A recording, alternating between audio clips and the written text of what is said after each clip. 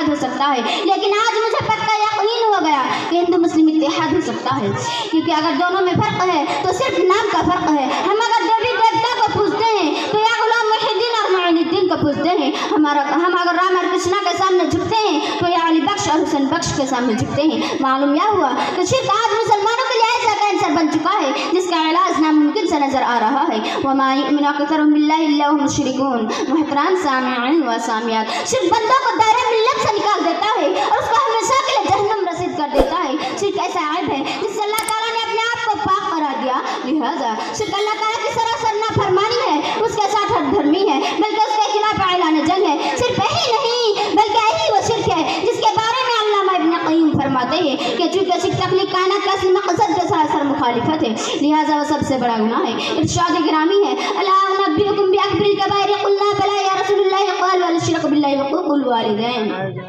بخاری مسلم۔ محترم سامعین و سامعات، حضرات کیا ہم نے کبھی غور کیا ہے کہ شرک کس قدر خطرناک گناہ ہے؟ ارشاد باری تعالیٰ ہے، وَلَقَدْ وُحِيَ إِلَيْكَ وَالَّذِينَ مِن قَبْلِكَ لَئِنْ أَشْرَكْتَ لَيَحْبَطَنَّ عَمَلُكَ وَلَا تَكُونَنَّ مِنَ الْخَاسِرِينَ۔ یہ محمد صلی اللہ علیہ وسلم تمہاری طرف اور تم سے پہلے تمام انبیاء کی طرف یہ وحی بھیجی جا چکی ہے کہ اگر تم نے شرک کیا تو تمہارا عمل ضائع ہو جائے گا اور تم خسارے میں رہو گے۔ لہذا جب قرآن و حدیث کے واضح دلائل سے بات ثابت ہو چکی ہے کہ شرک سب سے بڑا ظلم ہے، سب سے بڑا گناہ ہے، ناقابل معافی جرم ہے، نیک اعمال کو برباد کرنے والا اور ہر مشرک کے لیے جہنمی بنانے والا ہے، تو ایسے تمام مسلمانوں پر لازم ہے کہ وہ سب عبادت صرف اور صرف اللہ تعالیٰ ہی کے لیے بجا لائے، کسی کو عبادت میں اللہ کا شریک نہ بنائیں۔